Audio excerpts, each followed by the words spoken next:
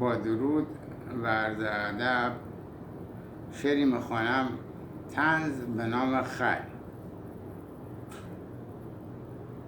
روایت کرد مردی روستایی خری دارم کنار نانوایی. ز کار و بار خسته گشت و نالان، چو لاغر گشت میافتاد پالان. زدم بر گردنش یک چوب دستی، ز زیر بار من هر روز جستی. به تنگ آمد مرد روستایی، به خر گفتا دیگه خونه نیایی. خر بیچاره رفت سمت بیابون، علف پیدا نمیشد تو خیابون. دم عصری رسید به مرغزاری، خدا برکت بده عجب نهاری. علفها سبز با بوی معطر، کجا پیدا شود از اینجا بهتر. خر لاغر چنان خوش تیپ گردید، که تنها معطل یک پیپ گردید.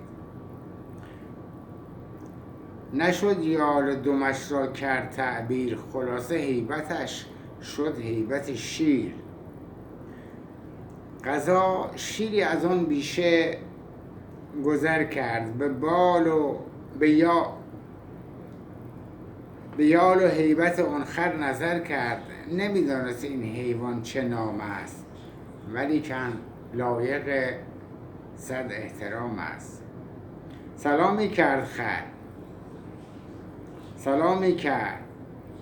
خر گفتا علیکی، بیا با هم بزنیم دو سه پیکی. بگفتا نام من کانرخر شیر، تریلی میکشد با چرخ و زنجیر.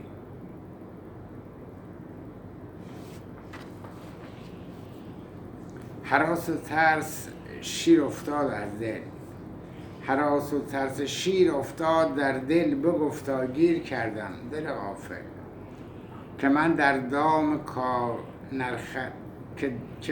دام کانرخر اسیرم، که باید گاز شفوری بگیرم.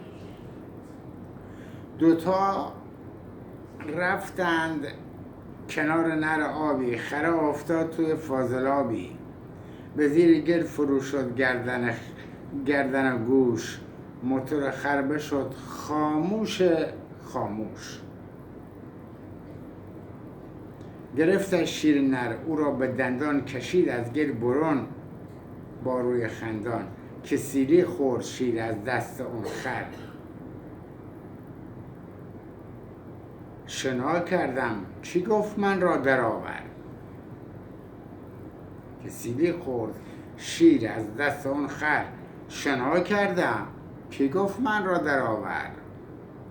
رسیدن توی جنگل‌های تالش، همیشه گردن خر داشت خالش.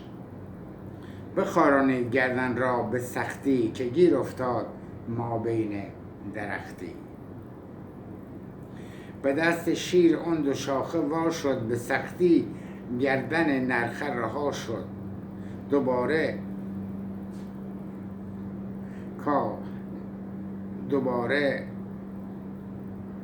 کا نرخر زد سیلی، چنان که صورت شیر شد نیلی. بگفتا تو مرا در حال ورزش، نفهمیدی ندیدی ای فلان کش.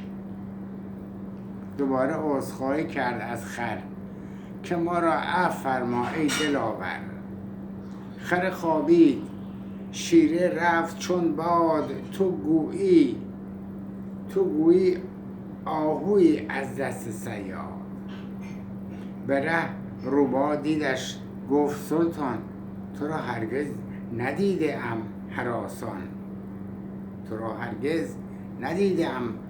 هراسان. بگفت داستان کانرخر، که ای روبه بکنین قصه باور. عجب دوزاری روباه افتاد، بگفتا شیر نر ای داد و بیداد. چگونه عقل خود را دادی از دست، چگونه عقل خود از دست دادی. سر تو رفته کلاه گشادی که او خر است. بیا با هم بکوشیم بخوریمش و نوشابه بنوشیم. چو خر روباه را از دور میدید، جریان را ز روی حیله فهمید. صدایش زد بیا ای روبه پیر بنازم، شیر را کردی تو دستگیر.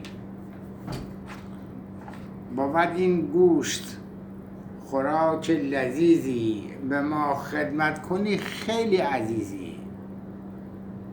چو شیرین جمله را از خر شنیدی، ز دست روبه دانا جهیدی. که من را می فروشی تو به دشمن، جدا کرده سر روباه از تن. ز ترس خر مثال باد میرفت، به سوی ناکجا آباد میرفت.